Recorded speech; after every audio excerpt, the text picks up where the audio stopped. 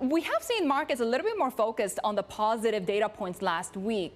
Are we just overlooking the potential for stagflation to materialize?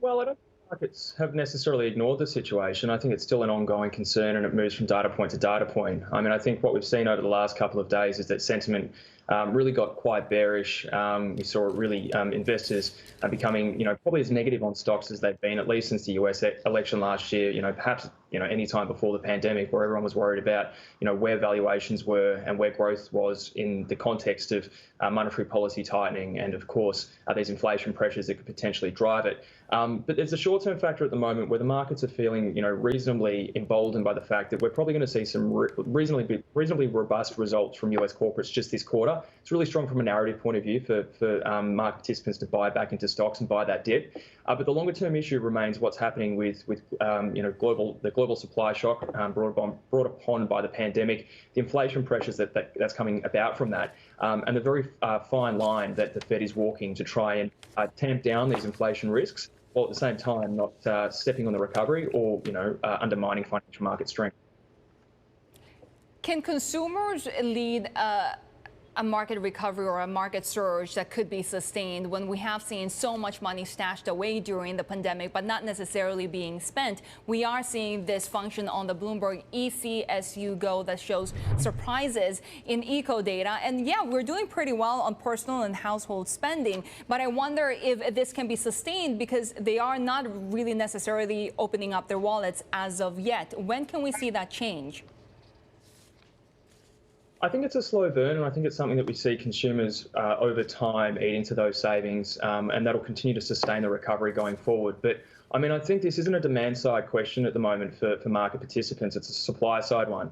And we know that consumers are reasonably strong or in a reasonably strong position because of all the stimulus that have been provided for them since the start of the pandemic. We know the US labour market is improving. In fact, people are feeling even reluctant to go back into work. People are feeling very, very wealthy because their house values are going up and their share portfolios are going up as well. And there are all these other indications that, on the demand side, things are reasonably solid. There might even be more stimulus coming along from the US government that could sustain that dynamic. What's really concerning is that over time, we could see productivity across the global economy diminish as these supply side issues really crimp the productive capacity of businesses and eventually slow down their ability to be able to hire, create jobs, and then in the longer term sustain that demand. Of course, too, there's that issue of price rises and that potentially being a factor in crimping consumption going forward too, as well as obviously being something that cause a reassessment of the policy outlook going forward as well. So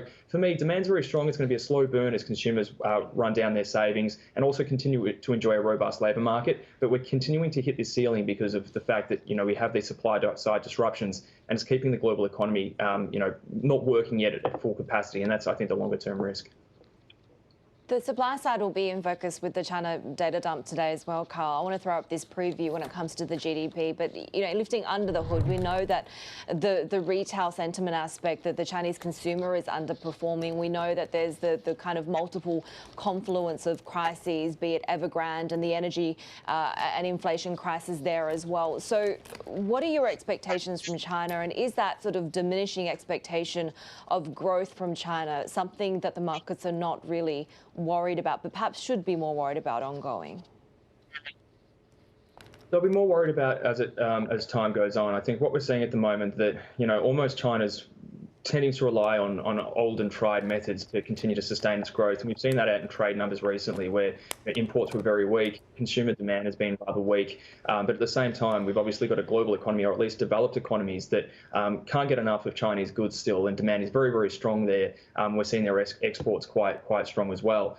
So that's sustaining things in the short term. But obviously, the really big thing at the moment with China is the structural shifts that we're probably going to see come underway over the next months and years as they try and restructure their economy, obviously try and contain the issues as it relates to their property market, and obviously deleverage their financial sector and property sector too, which will have two effects, of course, which is the major driver of some of their growth, which is construction activity and industrial activity may take a hit because of the slowdown in the property market, and of course the wealth effects that will continue to have on consumers going forward, causing something of a vicious cycle for their economy. So I think that's a really big red flag for global demand. Again, talking more about the demand side of things, is that China's economy looks like it's going to be slowing down. Chinese policymakers aren't prioritising growth at the moment. They're prioritising social issues, and that's a problem for the future of market.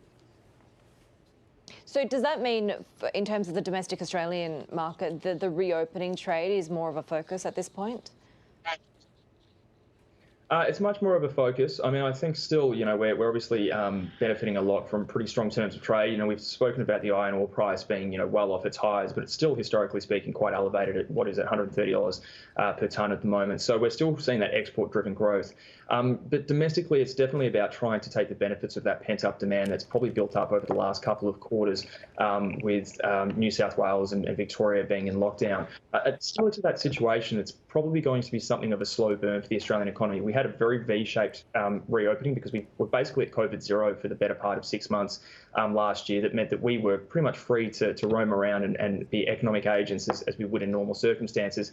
This is probably going to be a slower grind. We're going to have virus in the community. Like we've seen in other parts of the world, people are reluctant to behave the same way that they did when the virus is quite endemic. So the reopening trade will sustain the Australian recovery. It'll probably be a flatter recovery from here than what we experienced, say, last year.